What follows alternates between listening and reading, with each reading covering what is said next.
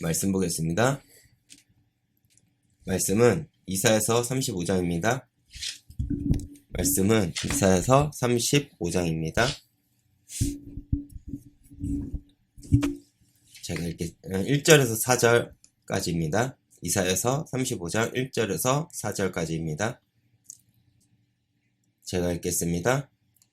광야와 메마른 땅이 기뻐하며 사막이 백합화와 같이 피워 즐거워하며 무성하게 피어 기쁜 나라로 즐거워하며 레바논의 영광과 갈멜과 샤론의 아름다움을 얻을 것이라. 그것들이 여호와의 영광 곧 우리 하나님의 아름다움을 보리다. 너희는 약한 손을 강하게 하며 떨리는 무릎을 굳게 하며 겁내는 자들에게 이르기를 굳세어라, 두려워하지 말라. 보라, 너희 하나님이 오사 보복하시며 갚아주실 것이라. 하나님이 오사 너희를 구하시리라 하라. 아멘. 35장에 앞서 이사야서 34장은 열방을 향한 하나님의 진노와 그에 대한 마지막 날에 일어날 하나님의 심판에 대해서 자세하게 이야기를 합니다. 그 내용을 보면 굉장히 직설적이고 굉장히 엄중한 하나님의 분노를 우리가 느낄 수가 있습니다. 그런데 우리가 신앙생활을 하면서 때때로 놓치는 것이 있습니다. 그것이 무엇이냐면 우리는 하나님의 심판에 대해서 너무나도 가볍게 생각한다는 것입니다.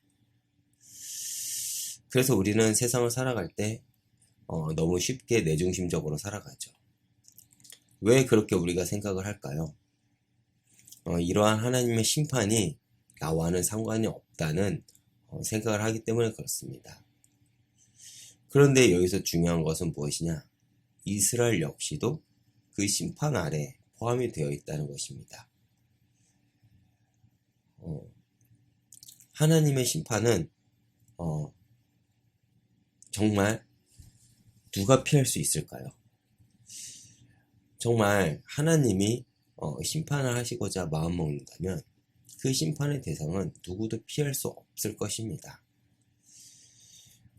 그런데 오늘 우리가 읽은 35장의 내용은 이 땅의 회복에 대해서 이제 선포하시는 내용입니다.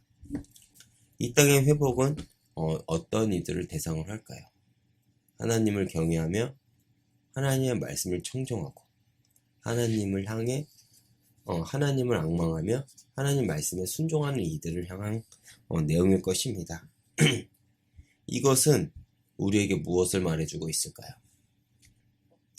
하나님의 진노 아래 우리는 심판받을 세상 가운데 있고 우리는 여전히 고단한 삶 속에 있지만 그럼에도 우리가 이 땅에서 당당해질 수 있는 이유가 바로 하나님이 회복하실 것이라는 것을 우리는 알기 때문입니다. 그렇기에 이 사실을 안다는 것은 이 사실을 아는 우리는 굉장한 비밀을 소유한 것이죠. 우리가 흔히 답을 알고 있다고 우리가 말하지 않습니까? 그것이 무엇입니까? 막막한 세상 속에서 우리는 살아갈 비밀이 있다는 것을 아는 것입니다. 지금 현실은 고단하고 팍팍하고 정말 누가 봐도 좌절할 수밖에 없는 현실이지만 내가 답을 알고 있다는 것은 무엇이냐? 바로 하나님께서 내 인생을 다시 한번 회복시키실 것이라는 그 사실을 알고 있다는 것입니다. 이것이 성도인 우리가 가지고 있는 비밀이죠.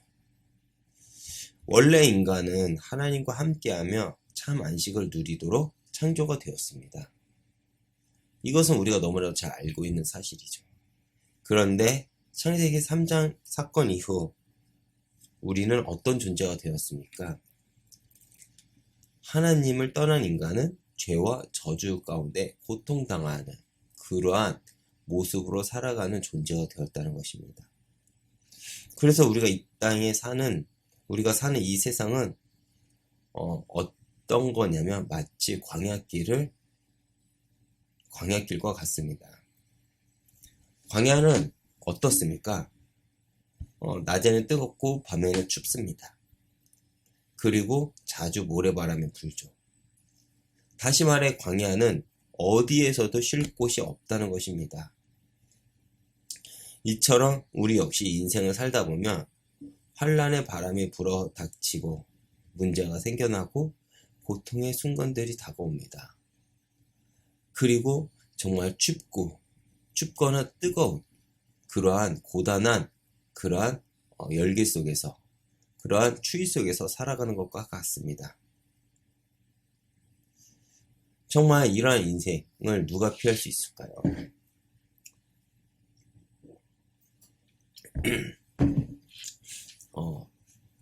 누구든 각자 인생이 가장 고단한 것 같습니다. 남의 아픔보다 나의 삶의 과정이 고단하고 나의 삶의 과정이 힘든 것 같습니다. 쉼이 없다는 것이죠. 오늘날 많은 현대인들이 호소하는 고통이 무엇입니까? 쉼을 얻게 해달라는 것입니다. 쉼을 얻지 못하기 때문에 많은 이들이 불면증에 시달리고 우울증에 시달리며 정말 여러가지 정신적인 스트레스로 정말 하루하루를 살아가고 있습니다. 그러니까 서로 예민하여 서로를 비난하고 서로를 헐뜯고 나만 생각하게 되는 것이죠. 사실 남을 배려하고 친절을 베푸는 것은 여유 있는 마음에서 비롯되는 것 같습니다. 그런데 우리 마음속에 그러한 여유가 없기에 정말 상대방을 받아줄 수 있는 그러한 모습들이 오늘날 현대인들에게 나타나지 않는 것이죠. 그런데 이사야서 35장은 하나님의 약속을 붙잡는 자들이 누리는 회복에 대해 약속을 하시는 것입니다. 또한 하나님은 우리의 억울함을 아시는 분이죠. 하나님은 단지 그 시간표를 기다리고 계실 뿐입니다. 그 시간표가 되기까지는 여전히 우리에게는 광야 같은 현실이 우리를 막막하게 하실 것이라는 것이죠. 이 사실이 우리를 참 답답하게 합니다. 그리고 우리를 참 좌절하게도 만들죠. 다른 사람의 인생, 그 어떤 이야기 속의 인생에는 우리가 너무나도 쉽게 믿음을 이야기를 할 수 있지만 이러한 사실이 내 인생 속에 다가왔을 때 우리는 너무나도 쉽게 원망을 합니다. 한 예를 들어 출애굽기를 보면 청년 모세가 최고와의 학문과 권세를 가졌음에도 실패한 이유가 무엇일까요? 바로 하나님의 때를 기다리지 못했기 때문입니다. 그래서 미디안 광야로 도망가고 처가살이를 하면서 장인의 양을 치는 막막한 삶을 40년을 지내게 됩니다. 아마 모세는 기다림조차도 잊었을 것입니다. 그런데 그 시간은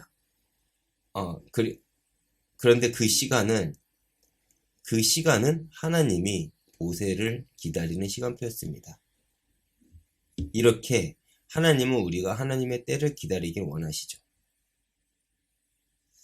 그리고 하나님은 하나님의 때가 되니 우리의 눈으로는 쓸데없는 시간, 낭비하는 시간이 나중에 모세의 임무가 되고 사명의 주 무대가 되는 무대가 됩니다.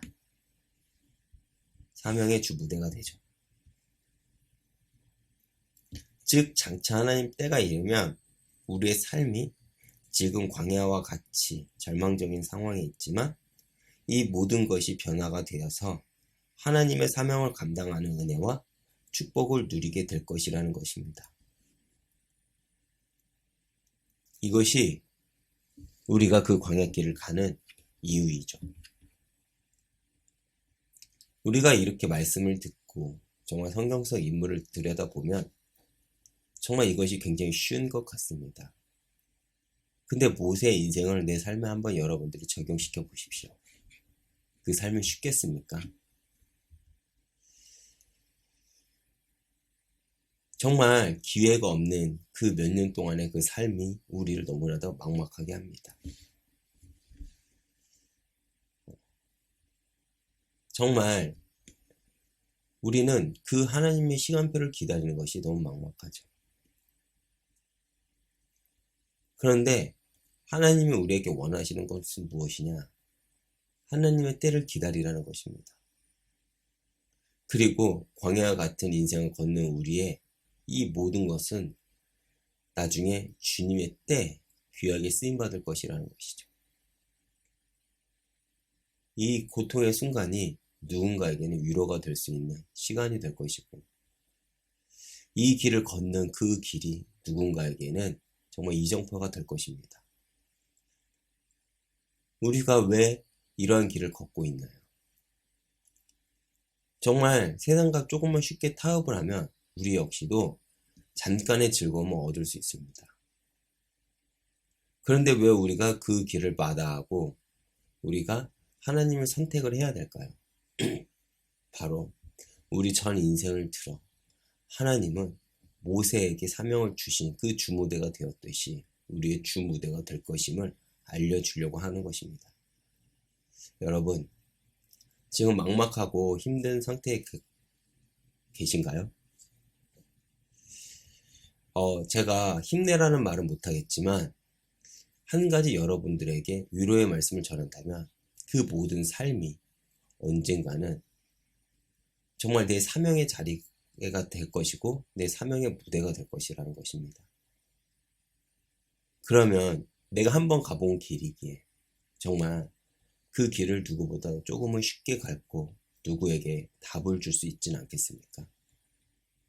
더 나아가 그 길을 걷는 우리에게 하나님은 면류관을 주실 것이라는 것입니다. 회복을 주실 것이고, 그리고 그 안에서 하나님은 우리에게 승리의 기쁨을 주실 것이라는 것입니다. 다시 말해 우리의 모든 삶이 변화가 되어 하나님의 사명을 감당하는 은혜와 축복을 누리게 될 것이라는 것이죠. 그렇기에 우리는 오늘도 하나님의 약속을 붙잡고 문제와 사건, 내 상황과 형편을 넘어 담대할 수가 있는 것입니다. 이것이 믿는 우리에게 주시는 명예이자 기쁨이라는 것이죠. 세상 앞에 우리가 당당해질 수 있는 이유이기도 하고요. 없는 가운데서도 우리가 기쁨을 누릴 수 있는 이유이기도 합니다. 오늘도 이 하나님의 약속을 붙잡고 승리하는 하루가 되시길 기도하겠습니다.